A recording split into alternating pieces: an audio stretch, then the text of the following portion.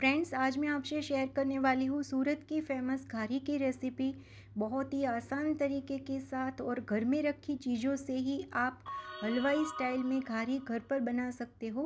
Video को and तक ज़रूर देखिएगा। मैंने यहाँ पे कुछ टिप्स ट्रिक्स और वेरिएशन भी घारी बनाने के लिए शेयर किया है और आपकी घारी भी हलवाई जैसे ही घर पर बन के तैयार होगी। अगर मेरी ये रेसिपी आपको अच्छी लगे तो इसे लाइक शेयर कीजिएगा, चैनल को सब्सक्राइब कीजिएगा। तो हम फटाफट से पहले घारी बनाना शुरू करते हैं। घारी बनाने के लिए हम यहाँ पे एक पैन के अंदर 3 चम्मच देसी घी लेंगे। गैस की फ्लेम हम लो रखेंगे और उसमें डालेंगे 1 चम्मच सूजी का और 1 चम्मच बेसन का। उसे हम लो फ्लेम पर ही इस तरह से रोस्ट करेंगे। 1 मिनट के अंदर ही सूजी और बेसन अच्छे से रोस्ट हो जाएंगे। उसके बाद हम इसमें डालेंगे 1 कप मिल्क पाउडर। आप कोई भी कंपनी का मिल्क पाउडर यहाँ पे ले सकते हो। मैंने आज जो घारी बनाई है वो बिना मावा के बनाई है, इसलिए हम यहाँ पे इंस्टेंट मावा बनाएंगे मिल्क पाउडर की मदद से।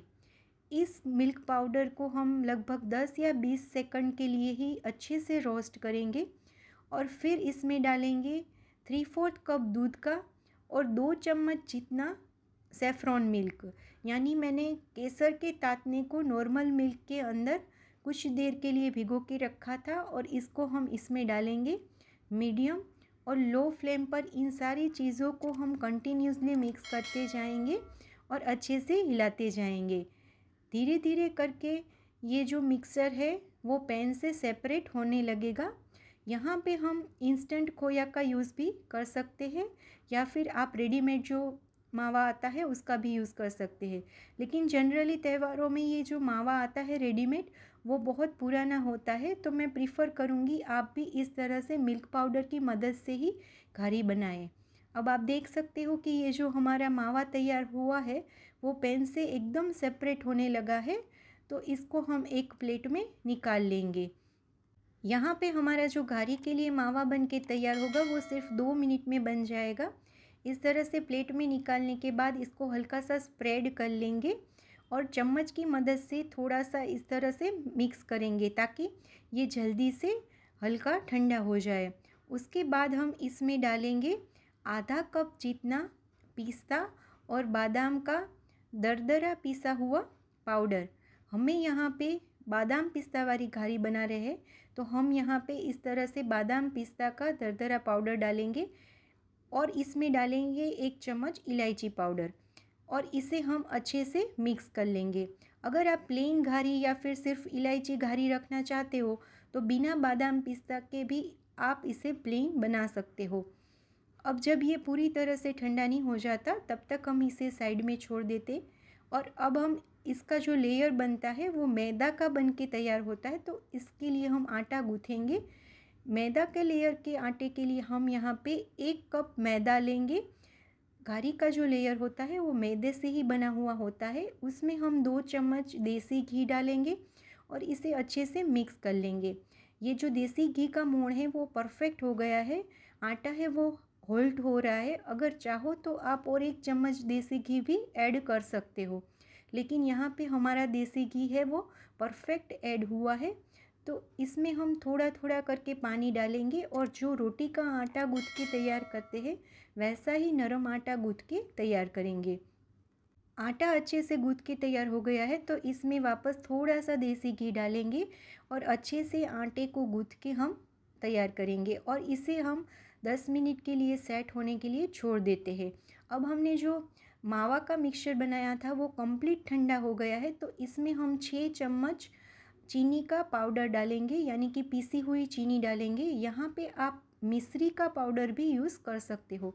ध्यान रखिए कि ये मावा पूरी तरह से ठंडा हो जाए, उसके बाद ही आप इसमें चीनी पाउडर डालिएगा। अगर आप मावा गर्म है और चीनी पाउडर ऐड करोगे तो चीनी पाउडर का पानी है वो छूटेगा और मावा चिपचिपा बन के तैयार होगा। अब इन सारी चीज़ों को हमने अच्छे से मिक्स कर ली है और इस तरह से हम इसके पेड़े बना के तैयार करेंगे। आप चाहो तो इसको कटलेस कटर या फिर मोल्ड के यूज़ से भी इस तरह से शेप दे सकते हो।